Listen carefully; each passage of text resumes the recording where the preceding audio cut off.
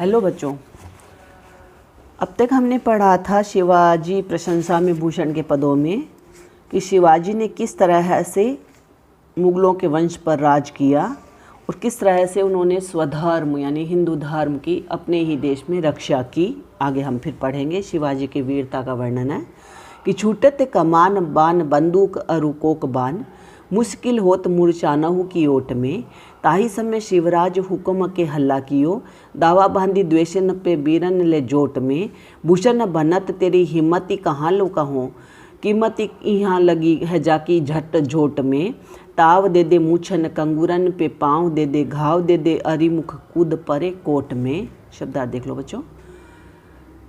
कमान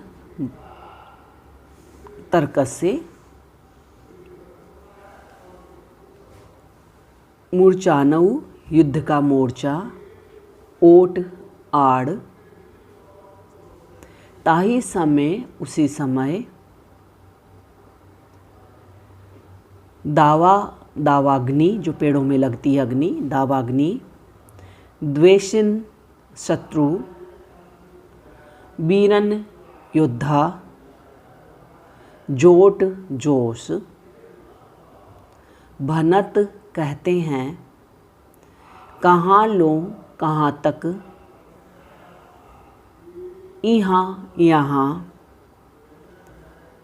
झट झोट युद्ध में युद्ध भूमि में, अरि शत्रु कोट किले। तो यहाँ पर वीर शिवाजी के युद्ध संचालन, युद्ध कौशल और चातुर्य और अद्भुत शूरता का वर्णन करते हुए कहते हैं भूषण कि छूटत कमान बान बंदूक अरुकोक बान। कवि कहते हैं कि जिस समय महाराज शिवाजी और औरंगजेब की सेना के बीच भयंकर युद्ध हुआ था या हो रहा था और दोनों ओर की सेनाएं धनुष, बंदूक और बाणों की वर्षा कर रहे थे, मुश्किल हो तो मूर्छानऊ की ओट में और मोर्चे की ओट में भी उनसे बचने में कठिनाई हो रही थी। ताही समय शिवराज हुक्म के हल्ला कियो। ऐसे समय में वीर शिवाजी ने उत्साहपूर्वक आदेश दिया कि आक्रमण करो। दावा बांधी द्वेषन पे बीरन ले जोट में, तो उनके मराठे वीरों के समूह में सिर पर अग्नि बांधकर युद्ध करने का साहस जाग उठा। भूषण बनत तेरी हिम्मती कहाँ लो कहूँ। कवि भूषण कहते हैं कि हे पराक्रमी महाराज शिवाजी, आपके साहस का मैं कहाँ तक वर्णन करूँ। कीमती यहाँ लगी है जाकी झट झोट में। तो वो कहते हैं कि वह तो अवर्णनीय है, तुम्हारी हिम्मत का मैं कहाँ तक वर्णन करूँ। उसकी कीमत तो यहाँ योद्धाओं के समूह में ही आंकी जा सकती है। ताव दे दे मूछन कंगूरन पे पाँव दे दे। आपके साहस के बल पर मराठा सैनिक मूछों को ऐंठते हुए और कंगूरों पर पैर रखते हुए घाव दे दे अरिमुख और शत्रुओं के मुखों पर घाव दे दे करके कूद परे कोट में, किले में कूद पड़ते हैं और किले पर अधिकार कर लेते हैं। यानी शत्रुओं के किले पर कूद पड़ते हैं और किलों पर अधिकार कर लेते हैं। तो यहाँ है अतिशोक्ति, उपमा और अनुप्रास अलंकारों का प्रयोग हुआ है बच्चों। अगला है गरुड़ को दावा। एग्जाम की दृष्टि से ये सारे लगा लो जो हमने अब तक पढ़े हैं, 3-4 पद ये हैं आपके। यहाँ से लगाना है तेरो तेज सरजा समर्थ दिनकर सोह से लेकर के जो हमने पढ़ा है गरुड़ को दावा भी लगा लो। तो गरुड़ को दावा सदा नाग के समूह पर, दावा नाग जूह पर सिंह सिरताज को, दावा पुरहुन को पहारन के कुल पर, दावा सभ्य पच्छिन के गोल पर बाज को, भूषण अखंड नव खंड महीमंडल में तम पर, दावा रवि किरण समाज को, पूरब पछाह देश दक्षिण ते उत्तर लो, जहाँ पातशाही तहाँ दावा शिवराज को। शब्दार्थ देखो बच्चों। पहले दावा कहते हैं प्रभुत्व, स्वामित्व, आधिपत्य, सिरताज पराक्रमी, पुरहुत इंद्र, गोल झुंड, अखंड एक, नवखंड 9 दिशाएं या द्वीप, तम अंधकार, पछाह पश्चिम, पातशाही बादशाही। तो शिवा प्रशस्ति से ही उद्धृत है यह पद भी और इसमें शिवाजी के प्रभाव का चित्रण करते हुए यहाँ पर अनेक उपमानों द्वारा भूषण अपने बात को पुष्ट करते हैं। तो कविवर भूषण कहते हैं गरुड़ को दावा सदा नाग के समूह पर। तो कवि भूषण कहते हैं कि पक्षीराज गरुड़ का प्रभुत्व सदा सर्पों के समूह पर रहता है। दावा नाग जूह पर सिंह सिर ताज को तथा बलशाली सिंह का प्रभुत्व हाथियों के झुंड पर होता है। दावा पुरहुत को पहारन के कुल पर और इंद्र का प्रभाव या प्रभुत्व पर्वतों के कुल पर माना जाता है। देवराज इंद्र ने पर्वतों के पंख काट दिए थे और उन्हें निश्चेष्ट कर दिया था, ऐसा कहा गया है। तो इंद्र का पर्वतों के समूह पर प्रभाव माना जाता है। दावा सभ्य पक्षिन के गोल पर बाज को और सभी पक्षियों के झुंड पर सदा ही बाज का अधिकार होता है। भूषण अखंड नवखंड महिमंडल में, भूषण कवि कहते हैं कि ब्रह्मांड के नवखंड 9 भागों या 9 द्वीपों में के विभक्त या 9 द्वीपों में पृथ्वी में व्याप्त अंधकार पर तम दावा रवि किरण समाज को, अंधकार पर सूर्य की किरणों का प्रभुत्व रहता है। पूरब पछाह देश दक्षिण ले उत्तर लो, तो वो कहते हैं पूरब से लेकर पश्चिम तक, दक्षिण से लेकर उत्तर तक, जहाँ पातशाही तहाँ दावा शिवराज को, जहाँ छत्रपति जहाँ पर बादशाही यानी मुगलों की बादशाही है, वहाँ छत्रपति शिवाजी का सभी को अपने अधीन करने का अधिकार या प्रभुत्व है। तो यहाँ पर यमक पुनरुक्ति प्रकाश निदर्शन अलंकारों का प्रयोग हुआ है बच्चों। मनहरण कवित छंद है। अगला है फिर एग्जाम की दृष्टि से इसको भी लगाओ कि ऊंचे घोर मंदिर के अंदर रहन वारी है। यमक अलंकार का बड़ा सुंदर सा उदाहरण है ये। ऊंचे घोर मंदिर के अंदर रहाती हैं, कंदमूल भोग करे कंदमूल भोग करे, 3 बेर खाती वे 3 बेर खाती हैं। भूषण शिथिल अंग बीजन डुलाती ते वे बीजन डुलाती हैं। भूषण बनत शिवराज वीर तेरे त्रास, नगन जड़ाती ते वे नगन जड़ाती हैं। शब्दार्थ लिखो बेटा पहले। मंदिर महल, दूसरा अर्थ होगा पर्वतों की गुफाएं, और कंदमूल साग पात, कंदमूल जड़ों का, या कह लीजिएगा इसको, एक तरफ तो होगा मिस्री मेवा यानी कि मेवा, दूसरी तरफ होगा जड़ मूल या निर्जीव पदार्थ। 3 बेर 3 बार 3 समय 3 बेर 3 फल, बेर फल होता है, 3 बेर पर गुजारा करना। भूषण आभूषणों से, शिथिल झुका हुआ, भूषण शिथिल, दूसरा अर्थ होगा भूषण का अर्थ होगा यहाँ पर भूख के मारे। अगला है बीजन डुलाती, कभी उनकी दासियाँ उनको बीजन मतलब पंखा करती थी, बीजन डुलाती है, अब वो जंगलों में विचरण करती हैं। तेरे त्रास मतलब डर से, नगन जड़ाती, जो नगीनों से जड़ी रहती थी, सजी रहती थी, वे नगन जड़ाती है, नंगे सर्दी में कांपती है। अगला अब हम इसको शब्दार्थ हो गया, अब अर्थ करेंगे। ऊंचे घोर मंदिर के अंदर रहन वारी है। कवि भूषण कहते हैं कि शिवाजी के भय से ऊंचे और विशाल महलों में रहने वाली शत्रुओं की नारियां या स्त्रियां ऊंचे घोर मंदिर के अंदर रहाती है। जो ऊंचे ऊंचे भवनों में रहने वाली, महलों में रहने वाली स्त्रियां थी, वे भयंकर यानी शिवाजी के डर से भयंकर पर्वतों की गुफाओं में रहती हैं।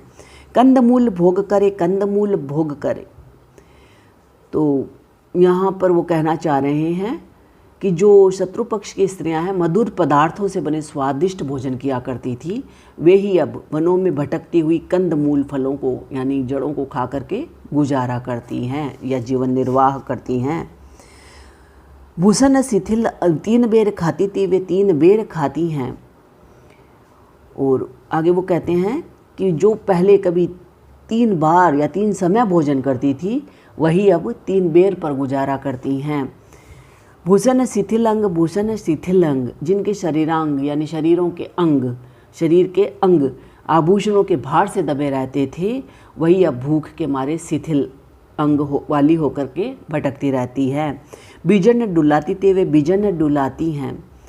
महलों में जिन पर व्यजन अर्थात पंखे डुलाए जाते थे, सेवक परिचारिकाएं उनकी सेवा करती थी, वही अब निर्जन वनों में अकेली घूमती रहती हैं।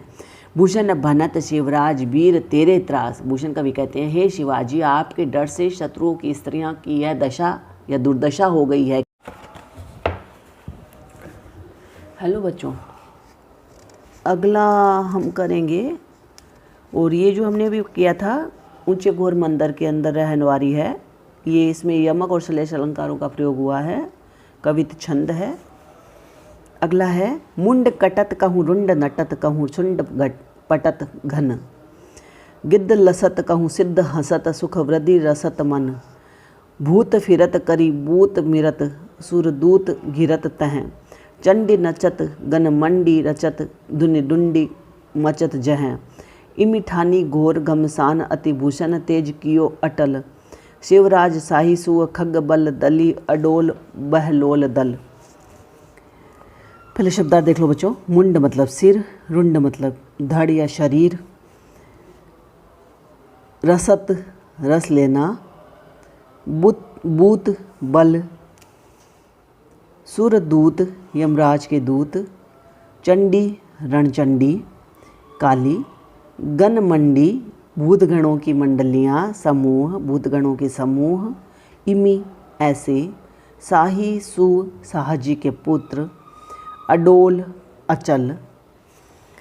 तो कवि युद्ध क्षेत्र का वर्णन करते हुए कहते हैं यहाँ पर कि मुंड कटत, युद्ध भूमि में कहीं सिर कट रहे हैं, कहीं कहूँ रुंड नटत और कहीं धड़ है वो घूम रहे हैं या नृत्य कर रहे हैं, कहूँ सुंड पटत घन और कहीं हाथियों की बहुत सी सूंडें कट कट कर युद्ध क्षेत्र को पाट रही है, भर रही है, गिद्ध लसत कहूँ सिद्ध हसत, कहीं मांस लोभी गिद्ध प्रसन्न होकर झपट रहे हैं, सुख वृद्धि रसत मन और कहीं शवों पर बैठकर योग सिद्धि करने वाले सिद्ध लोग हंसते हुए मन में सुख प्राप्त कर रहे हैं या सुख वृद्धि का रस ले रहे हैं, भूत फिरत करी बूत मिरत सुरदूत घिरत तह, कहीं पर भूत प्रेत घूम रहे हैं, कहीं बलपूर्वक एक दूसरे से छीना झपटी करते हुए वे लड़ रहे हैं, तथा कहीं यमराज के दूत मृत लोगों को लेने के लिए घूम रहे हैं,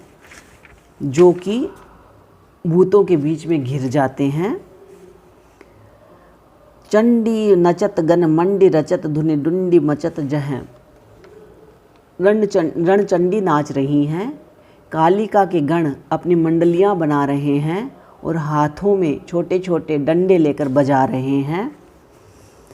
इमिठानी घोर घमसान अतिभूषण तेज कियो अटल।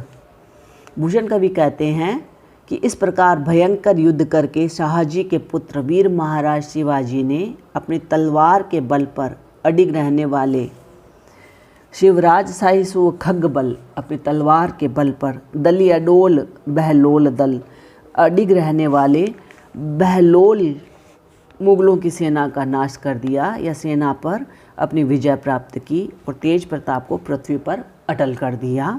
तो अनुप्रास, यमक और परिकर अलंकारों का प्रयोग हुआ है बच्चों यहाँ पर। रोला एवं उल्लाला के मिश्रण से निर्मित ये छप्पय छंद है यहाँ पर।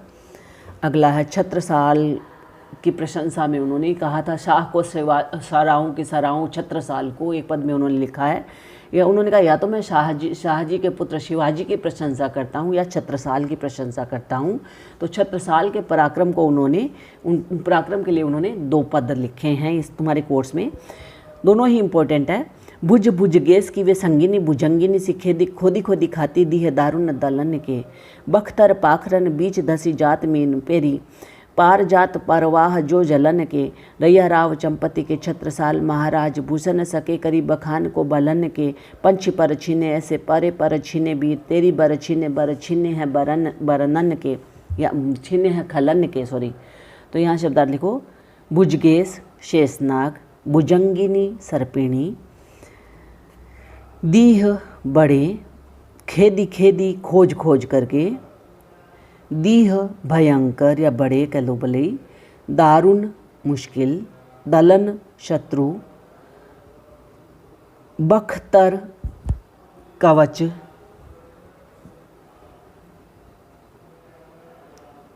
परवाह प्रवाह, मीन मछली, रैया राव, राजा रैया राव का मतलब होगा चंपत राव, चंपति मतलब चंपत राय राजा के। बखान वर्णन, बलन शक्ति या बल।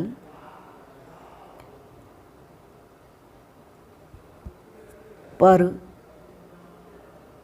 शत्रुओं का बल कह लो। बर श्रेष्ठ, खलन दुश्मन।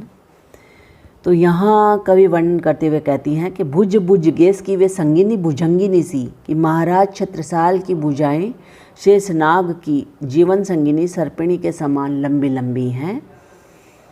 यानी शेषनाग की अर्धांगिनी सर्पिणी के समान उनकी लंबी भुजाएं हैं।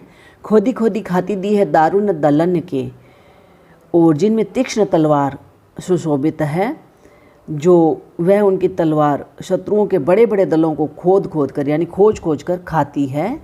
बख्तर पाखरन बीच धसी जात मीन पेरी, जिस प्रकार मछली तैर कर जल प्रवाह के पार चली जाती है, पार जात प्रवाह जो जलन के, जिस तरह से मछली है तैर कर प्रवाह के जल के प्रवाह के पार चली जाती है, उसी प्रकार छत्रसाल की बर्छी लोह कवचों तथा हाथियों की झूलों के बीच फंस जाती है।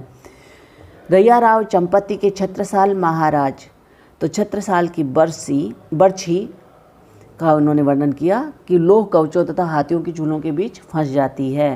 तो चंपत राय के पुत्र महाराज छत्रसाल की शक्ति का कौन बखान कर सकता है। भूषण सके करी बखान को बलन के, उनकी शक्ति का कौन बखान या वर्णन कर सकता है। पंछी पर छीने ऐसे पर छीने वीर, तो उसी प्रकार जिस प्रकार कवि भूषण कहते हैं कि जिस प्रकार पंख कटे पक्षी लाचार पड़े रहते हैं, उसी प्रकार उनके कई शत्रु दुर्बल और लाचार होकर युद्ध क्षेत्र में पड़े रहते हैं। तेरी बरछीने हैं खलन के, ओ हे छत्रसाल तेरी बर्छी ने शत्रु पक्ष के अनेक बड़े बड़े योद्धाओं को मारकर उनके बल को क्षीण कर दिया है, नष्ट कर दिया है। उपमा और अनुप्रास अलंकारों का प्रयोग हुआ है बच्चों। लास्ट तुम्हारा ये भूषण कवि का पद है। राजत अखंड तेज छाजत सुजस बड़ो गाजत गयंद दिग्गज ही असाल को, जाहि के प्रताप सो मलिन आफताब होत, ताप तजी दुज्जन करत बहु ख्याल को, साज सजी गज तुरी पेदर कतार दिने, भूषण बनत ऐसो दीन प्रतिपाल को, आन राव राजा एक मन में न लाऊं, अब साहू को सराऊं के सराऊं छत्रसाल को। शब्दार्थ देख लो बच्चों। राजत मतलब सुशोभित होना, शोभायमान होना। आफताब मतलब सूर्य, गयंद मतलब हाथी, और तुरी मतलब घोड़ा। तो यहाँ पर कवि वर्णन करता हुआ कहता है कि राजत अखंड, महाराज छत्रसाल अखंड तेज से शोभायमान हैं। छाजत सुजस बड़ो, उनका यश चारों ओर फैला हुआ है। गाजत गयंद, उनके हाथी जब चिंगाड़ते हैं। दिग्गज ही साल को, तो दिशाओं के हाथियों के हृदय में ईर्ष्या होने लगती है। जाहि के प्रताप सो मलिन आफताब होत, जिनके प्रताप के सामने सूर्य भी मंद हो जाता है। ताप तजी दुज्जन करत बहु ख्याल को, और अपना जन विरोधी ताप छोड़कर छत्रसाल का सम्मान करता है। साज सजी गज तुरी पैदल कतार दिने, छत्रसाल पूर्णतः सुसज्जित हाथी, घोड़े और पैदल सेना की कतारों को दान करते हैं या दान कर देते हैं। भूषण बनत ऐसो दीन प्रतिपाल को, कवि भूषण कहते हैं कि दीनों का प्रतिपालक ऐसा और कौन है। आन राव राजा एक मन में न लाऊं अब, तो इसीलिए वो कहते हैं कि मैं अन्य किसी राजा या राव को मन में भी नहीं लाऊंगा या लाता हूँ। साहू को सराहूँ के सराहूँ छत्रसाल को, या तो मैं शाहजी के पुत्र शिवाजी की प्रशंसा करूँगा या महाराज छत्रसाल की सराहना करूँगा। तो यहाँ पर अनुप्रास, काव्यलिंग और अतिशोक्ति अलंकारों का प्रयोग हुआ है बच्चों। मनहरण कवित्व है। इस तरह से तुम्हारा भूषण कवि है वो आज पूर्ण हुआ। बाकी हम कल पढ़ेंगे। धन्यवाद।